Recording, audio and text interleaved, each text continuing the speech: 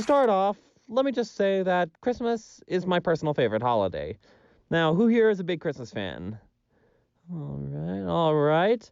Now, the real question. Who here thinks Christmas needs to stay before Thanksgiving? As in, no decorations, no Christmas music, no ho-ho-hos, till after the wishbone is broken. Yeesh, tough crowd. See, I ask this because I got these two friends. The second Halloween is over, one of them breaks out the Christmas radio stations and starts decorating the house. I mean, it's so lit, you can see it from space. Much to my other friend's disdain. He insists that Christmas needs to wait its turn at least until Black Friday is over. At least until Macy's Thanksgiving Day Parade is over and the Santa Claus float is long gone. Needless to say, the two clash on the subject. Not violently, thank goodness, but it's getting there. You can hear them yelling about it from the other side of the street. Speaking of Christmas, we were watching that classic of American cinema, Frosty the Snowman, and a thought crossed my mind.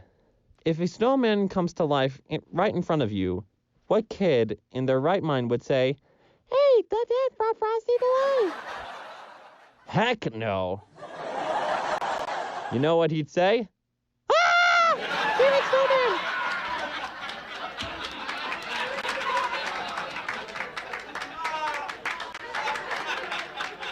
Imagine how the parents would react. You just know that one of them would go all mama bear and bust out a flamethrower. Say hello to my little friend. I bet that magician wouldn't want his hat back after that. If I were him, I'd be asking, what the heck did the manufacturers put in that hat? Speaking of children's Christmas specials, what's the deal with Rudolph the Red-Nosed Reindeer? I mean, he's a mutant before the Teenage Mutant Ninja Turtles and X-Men made it cool.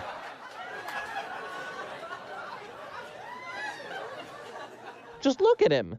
He was born with a light bulb for a nose. You think he's got an olfactory nerves in that thing? Guess how he smells? Terrible.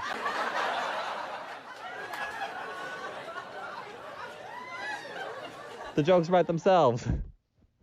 Also, is that not light bulb nose eco-friendly? How did this even happen? Was this his family's cave next to a toxic waste dump? Another nitpick I have with that same movie, the Island of Misfit Toys. I'd say the toys aren't the misfits, it's the manufacturers. Who the hey designed these toys? Why the heck is that Jack-in-the-Box named Charlie?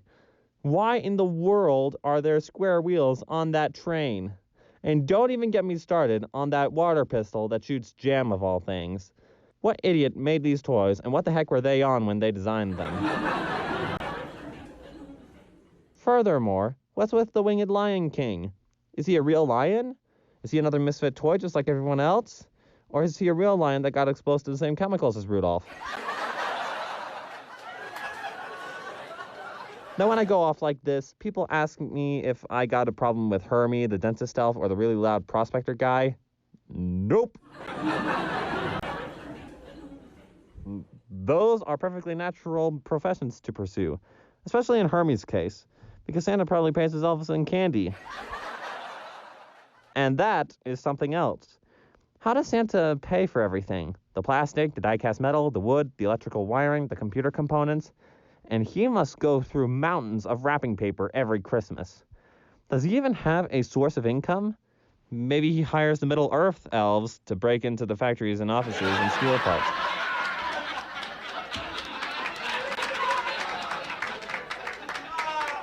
Legolas, you're wanted. Or does Santa, like so many of us, work a second job? You pull up to Wendy's and it's Santa. He's asking you if you want fries with that. Of course you ask, Santa, what are you doing here? He says, oh, I got a wife and 8 tiny reindeer to feed. If the elves ever go on strike, do they negotiate how many candy canes per hour? Are the elves basically his diminutive slaves? If so, nobody tell Hermione Granger. She and her spew crew would be all over the North Pole like a rash talking about elf rights.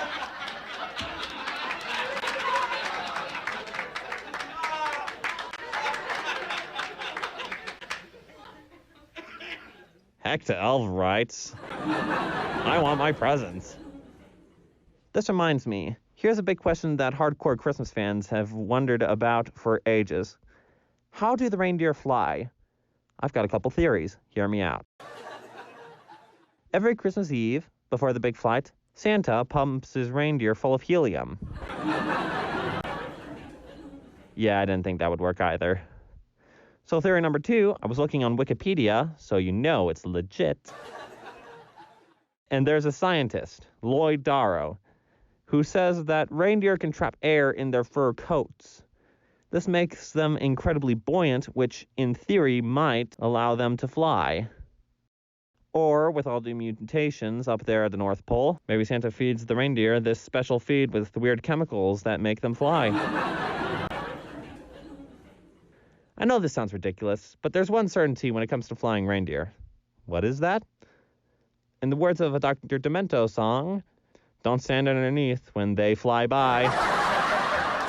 Dear lovely audience, thank you everyone, and Merry Christmas!